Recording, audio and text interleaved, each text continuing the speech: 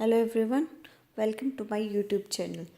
ठीक है, एक नया चैप्टर, एक नया टॉपिक शुरू कर रहे हैं। मैं टॉपिक बोलूँगी क्योंकि कोई चैप्टर है नहीं इसमें। छोटे छोटे सब टॉपिक्स अब मैं बार बार अपने यूट्यूब चैनल पे डालने वाली हूँ, जिसमें क्या है, टू द पॉइंट कंटेंट होगा और टू द पॉइंट मैटर होगा। जो चाहिए, जितना पढ़ना है उतना सफिशिएंट है, वही बातें बताई जाएंगी और उसी से रिलेटेड क्वेश्चन कराए जाएंगे। तो आज का जो टॉपिक है वो है हमारा पीरियडिसिटी। मतलब मेनली क्या है, एटॉमिक रेडियस के बारे में है। डिफरेंट डिफरेंट टाइप जो नीचे जैसे कि इसमें फोटो में दिख भी रही हैं, हम डिफरेंट डिफरेंट टाइप क्या है एटॉमिक रेडियस पढ़ेंगे और उनके एग्जांपल्स पढ़ेंगे। उससे रिलेटेड जितना भी कंटेंट है वो हम पढ़ने वाले हैं। उसके बाद क्या है, हम लास्ट में क्या करेंगे, एक दो क्वेश्चन करेंगे और टॉपिक को ख़त्म कर देंगे। तो 10 से 15 मिनट की छोटी छोटी वीडियो ये आया करेंगी।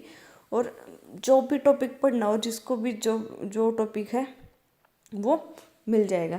बाकी अगर एक फिर बड़ी वीडियो बनानी होगी तो सारी छोटी छोटी वीडियो को हम कंपाइल करके पर्टिकुलर टॉपिक को जोड़ देंगे। तो आज का हमारा टॉपिक है पीरियडिसिटी और एटॉमिक रेडियस के बारे में। तो इसमें जो लिखा हुआ है पहले मैं वही पढ़ती हूँ और उसी को धीरे धीरे एक्सप्लेन करती हूँ। तो पीरियडिसिटी क्या है? The periodicity of a chemical and physical properties is natural result of periodic recurrence of electronic configuration.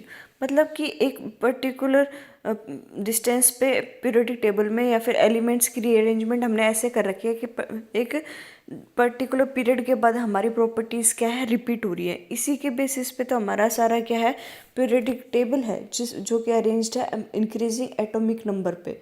मतलब जैसे जैसे एटॉमिक नंबर बढ़ता जा रहा है वैसे वैसे हमने डिफरेंट डिफरेंट एलिमेंट को अरेंज कर रखा है। इससे क्या है, हमारी बहुत सारी रिपीटेशन के कारण बहुत सारी प्रॉपर्टीज़ भी क्या है एक जैसे मिलती जाती हैं। जैसे ग्रुप वाइज या फिर पीरियड वाइज हमारी क्या है प्रॉपर्टीज़ मिलती जाती हैं।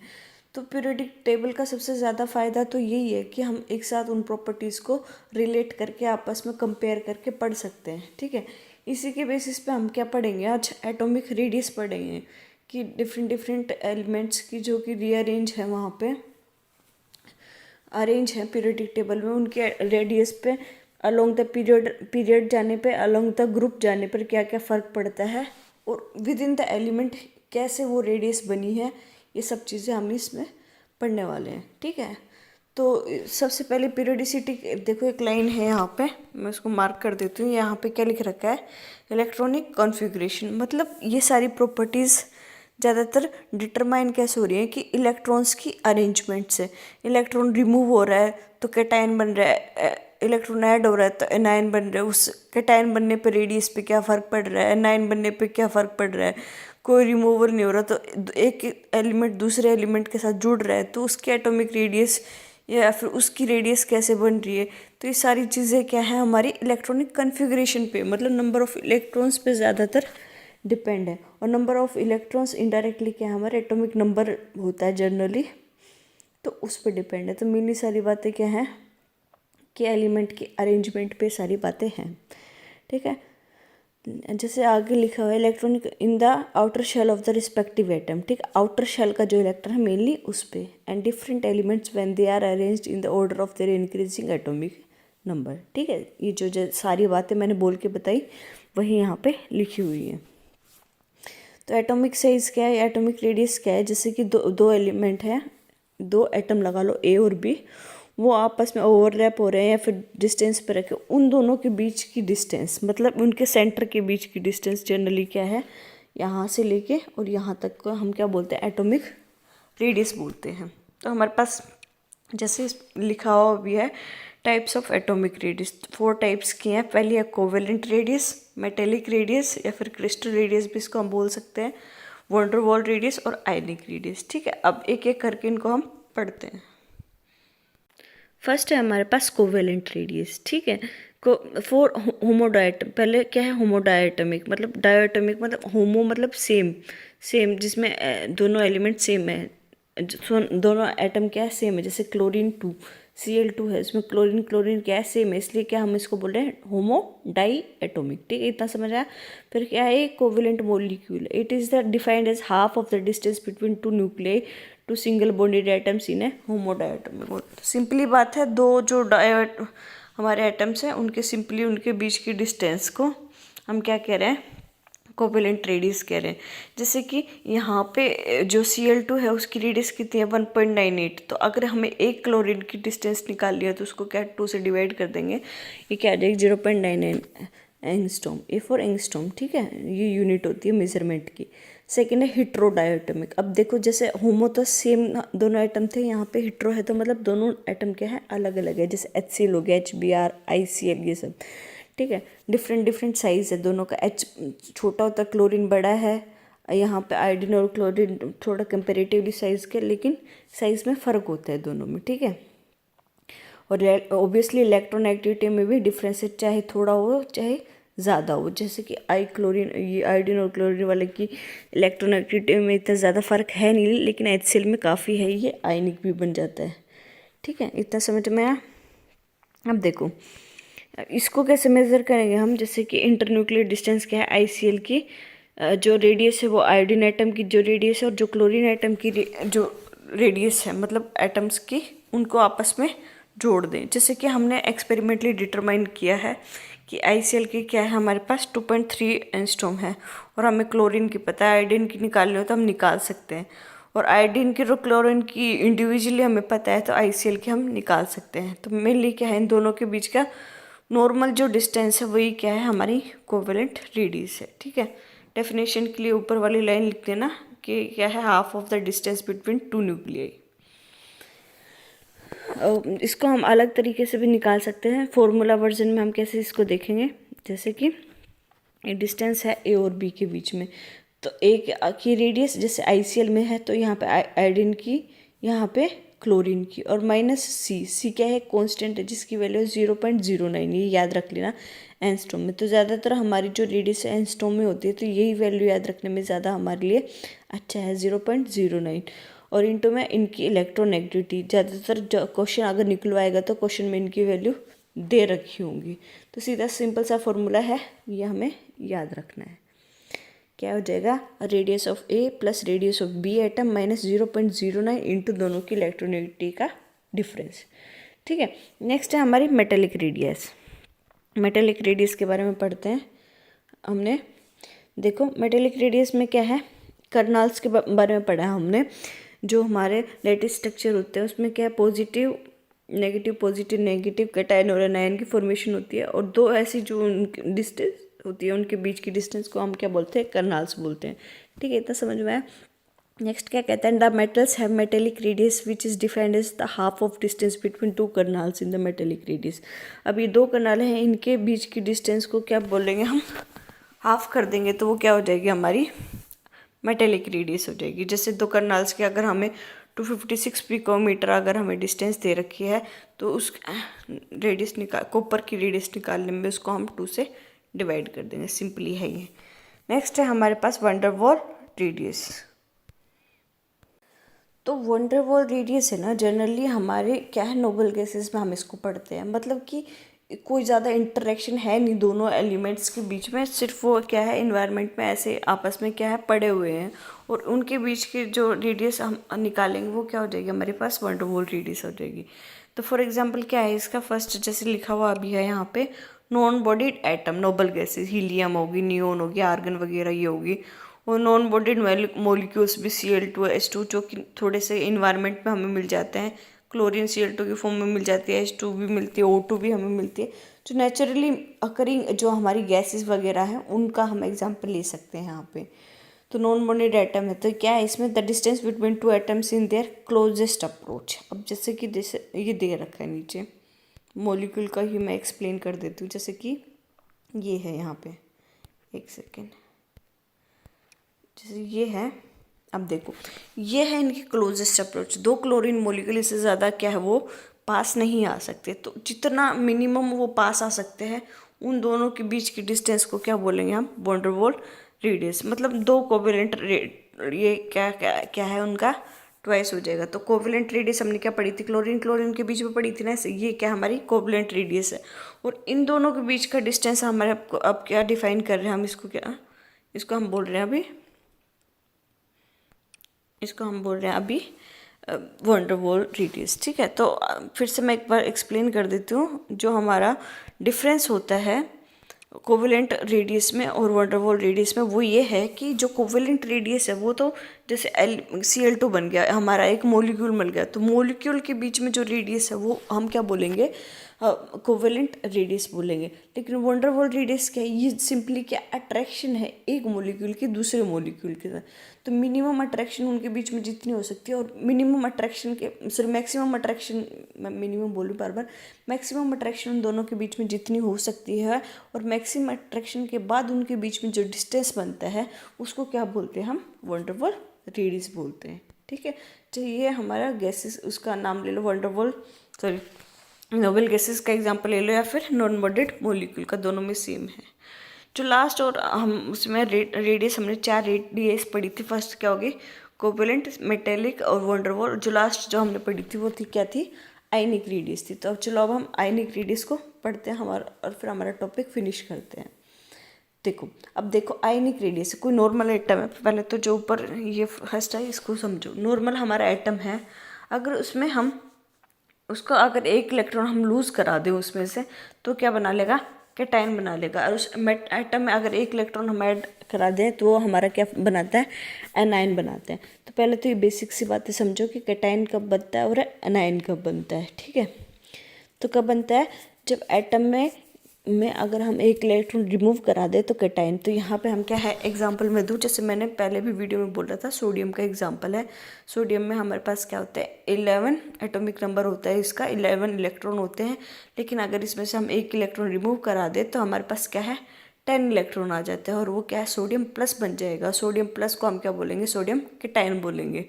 ठीक है, ऐसे ही जैसे क्लोरीन गैस है, वो क्लोरीन गैस क्या है, सॉरी क्लोरीन Cl है, वो एक इलेक्ट्रॉन लेके 18 अपनी कॉन्फ़िगरेशन कर लेगा, लेकिन इलेक्ट्रॉन लेगा तो वो क्या बनाएगा, एनायन बनाएगा। ठीक है, तो कैटायन और एनायन के बेसिस पे हम 2 टाइप की इस पर फर्दर रेडियस पढ़ने वाले हैं, कैटायनिक रेडियस और एनायनिक रेडियस।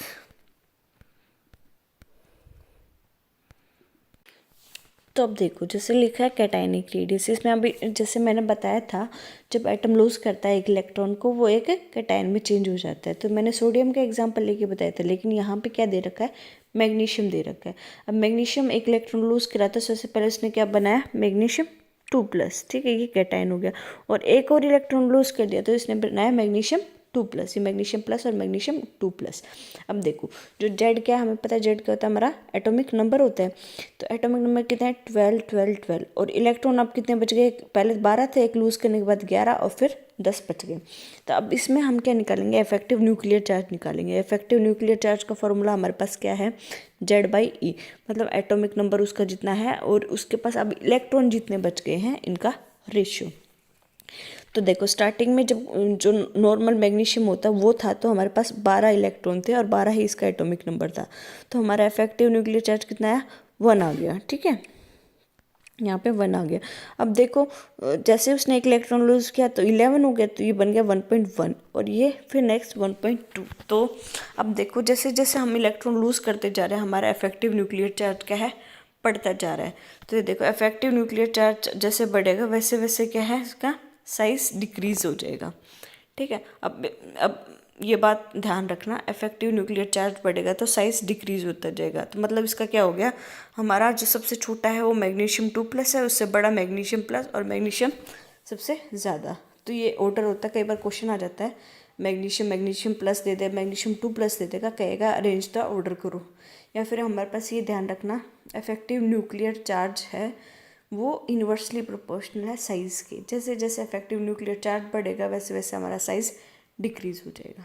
ठीक है, इतना समझ में आया। अब देखो मोस्ट द पॉजिटिव, देखो हाँ ये एक जो लाइन लिखा, more the positive charge laser will be the size. तो ज़्यादा पॉजिटिव चार्ज है तो स्मॉल साइज हो जाएगा। ये छोटी छोटी जो बातें, ये बात अगर इतनी बात भी याद रहेगी ना तो क्वेश्चन सोल्व हो जाएगा। ज़्यादा पॉजिटिव चार्ज है तो हमारे पास क्या है, साइज़ क्या हो जाएगा, छोटा हो जाएगा। अब नेक्स्ट सेगमेंट में हम क्या पढ़ रहे हैं, एनायनिक रेडियस।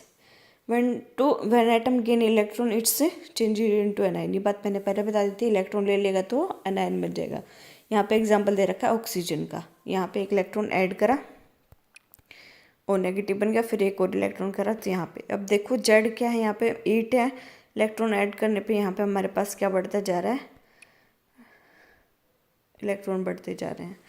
ठीक है, अब देखो number of electron increase and effective nuclear charge decrease. अब देखो कितना था, 8 1 हो जाएगा, 8/9 तो 8/10। ठीक है, तो ये क्या है, हमारा इफेक्टिव न्यूक्लियर चार्ज क्या हो रहा है, डिक्रीज होता जा रहा है। तो वही हमें पता है ना, साइज में और इफेक्टिव न्यूक्लियर चार्ज में क्या इन्वर्स रिलेशनशिप है। तो एनायन की फॉर्म में हमारा न्यूक्लियर चार्ज डिक्रीज हो रहा है, तो ऑब्वियसली साइज क्या हो जाएगा, इंक्रीज हो जाएगा। तो ध्यान रख लेना, जितना ज़्यादा पॉजिटिव चार्ज होगा उतना कम साइज क्या होगा, छोटा होता जाएगा, और नेगेटिव चार्ज जितना ज़्यादा होता जाएगा उतना साइज उसका बढ़ता जाएगा। ठीक है, ये याद रख लेना।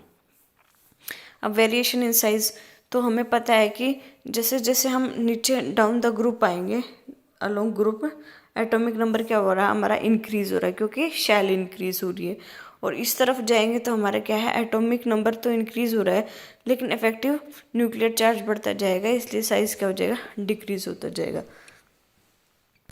तो ऐसे जाएंगे तो हमारा साइज क्या होगा, इंक्रीज, और ऐसे जाएंगे तो हमारा साइज क्या होगा, डिक्रीज होता जाएगा। ठीक है, क्योंकि शेल बढ़ती जाएगी, शेल एक एक शेल बढ़ती जाएगी तो हमारा डिस्टेंस बढ़ता जाएगा। तो इसको मैं थोड़ा सा और एक्सप्लेन कर देती हूँ। जैसे कि देखो, ये हमारा न्यूक्लियस है, और ये जैसे ये था फर्स्ट पीरियड, सेकंड पीरियड, और ये थर्ड पीरियड लगा लो फॉर एग्जांपल। ठीक है, तो फर्स्ट पीरियड में थे तो इतना साइज था, अब नीचे गए तो एक शेल बढ़ गई तो साइज बढ़ता गया, और नीचे गए तो एक और शेल बढ़ गई तो साइज इंक्रीज होता गया। ये तो सिंपल फंडा हमारा डाउन द ग्रुप की, शेल बढ़ती जा रही है तो हमारा क्या है, साइज बढ़ता जा रहा है। दूसरा, हम अगर अलोंग द पीरियड देखें तो अब देखो, जैसे ये हमारा क्या है, न्यूक्लियस है, तो अब देखो शेल तो वही रहेगी ना, लेकिन क्या हमारे पास है, नंबर ऑफ इलेक्ट्रॉन बढ़ रहे हैं। अब इलेक्ट्रॉन बढ़ेंगे तो पॉजिटिव चार्ज भी बढ़ेगा, मतलब प्रोटॉन भी बढ़ेंगे। तो जितना ज़्यादा प्रोटॉन बढ़ता जाएगा और इलेक्ट्रॉन बढ़ता जाएगा, वो पॉजिटिव चार्ज उसको इलेक्ट्रॉन को, जैसे कि यहाँ पे कोई इलेक्ट्रॉन है, ठीक है, और यहाँ पे और इलेक्ट्रॉन बढ़ गया और इलेक्ट्रॉन बढ़ा, तो पॉजिटिव चार्ज बढ़ता जाएगा और वो अपनी तरफ क्या उसको खींचता जाएगा, पॉजिटिव चार्ज उसे इलेक्ट्रॉन को। तो इसकी वजह से क्या है, अलोंग द पीरियड हमारा क्या है, साइज डिक्रीज होता रहेगा, और अलोंग द हमारा ग्रुप क्या है, साइज इंक्रीज होता रहेगा। एक बार मैं फिर से बता देती हूँ एक्सप्लेन करके, कि जैसे जैसे हम नीचे जाएंगे हमारा साइज क्या है, इंक्रीज करेगा, और जैसे जैसे हम अलोंग द पीरियड जाएंगे हमारा साइज क्या करेगा, डिक्रीज करता जाएगा। ठीक है, ये बात यहाँ पे लिख रखी है। नेक्स्ट है size of iso electronic species. तो मैंने 2-3 दिन पहले क्वेश्चन कराए थे आइसो इलेक्ट्रॉनिक स्पीसीज वाले। उसमें क्या है, सारे जो इलेक्ट्रॉन नंबर है वो हमारे क्या रहेगा, सेम रहेगा। अब जैसे देखो N3 नेगेटिव हो गया, O2 नेगेटिव, F नेगेटिव, न्यून, सब में क्या है, यहाँ पे देखो इलेक्ट्रॉन क्या है हमारे पास, सेम है। ये देखो 10 10 10 10, बस हमारा क्या है, जो एटॉमिक नंबर वो डिफरेंट होता जा रहा है। इसके कारण क्या है, हमारा इफेक्टिव न्यूक्लियर चार्ज भी क्या है, चेंज होता जा रहा है। अब देखो जैसे कि Al3+ है, इसका सबसे ज़्यादा इफेक्टिव न्यूक्लियर चार्ज है, तो इसकी जो रेडियस होगी वो सबसे कम होगी, क्योंकि इफेक्टिव न्यूक्लियर चार्ज और साइज में क्या है, हमारा इन्वर्स रिलेशनशिप है। N3 नेगेटिव है तो उसकी साइज, इसका इफेक्टिव न्यूक्लियर चार्ज सबसे कम है, तो इसका साइज सबसे बड़ा।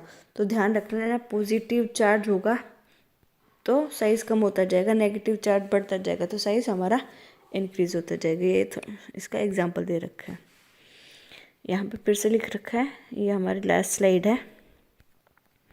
देखो क्या कह रहा है, सबसे बड़ा नेगेटिव चार्ज सबसे ज़्यादा साइज़, सबसे ज़्यादा पॉजिटिव चार्ज सबसे कम size.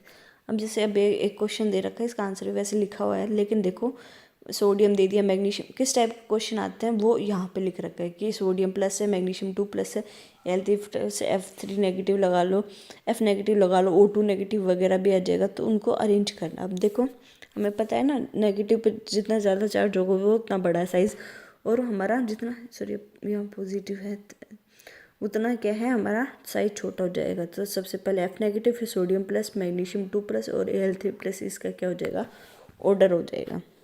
Next step, which one of the following is the correct order of ionic radius. Ionic radius का ऑर्डर फिर से पूछ रखा है, तो अब देखो यहाँ पे ये ऑर्डर गलत है, क्योंकि O2 नेगेटिव पहले आना चाहिए था, ये ऑर्डर आना चाहिए था 2 नेगेटिव, फिर F नेगेटिव और फिर हमारा सोडियम प्लस। ठीक है, तो ये तो होगा नहीं। नेक्स्ट है सोडियम, यहाँ पे भी रिवर्स ऑर्डर होना चाहिए, नेगेटिव वाला पहले आना चाहिए। ये ऑर्डर बिल्कुल करेक्ट है। तो आंसर 3 इसमें तो पहले ही लिख रखा है, तो मैं बस एक्सप्लेन कर रही थी। और इसमें भी रिवर्स ऑर्डर हो जाएगा, नेगेटिव वाला पहले आएगा। लास्ट क्वेश्चन है, which of the following order of the ionic radius K+S2 negative Cl negative के टाइम। तो अब तो हम 2-3 क्वेश्चन कर लिया, पता ही चल गया होगा। S2 नेगेटिव सबसे पहले, फिर क्लोरीन नेगेटिव, फिर K पॉजिटिव, कैल्शियम 2+। तो आई होप आपको आयनिक डिफरेंट रेडियस समझ में आ गई होंगी और उनका रिलेशन भी समझ आ गया होगा। आयनिक रेडियस वाला जो हमारा ये लास्ट मैंने बताया कैटायनिक और एनायनिक, ये थोड़ा इंपॉर्टेंट टॉपिक है क्योंकि डिप क्वेश्चन ना बार बार इसी पे रिपीट होते हैं। दूसरा एक इम्पोर्टेंट है ये फार्मूला वाला 0.059 वाला, और एक बार इसको मार्क कर लेना। ठीक है, thank you so much for watching my video. ऐसे ही टॉपिक वाइज हम छोटे छोटे टॉपिक करेंगे। अगर कंटेंट आपको अच्छे लग रहे हैं तो please like share and subscribe my YouTube channel. Thank you so much.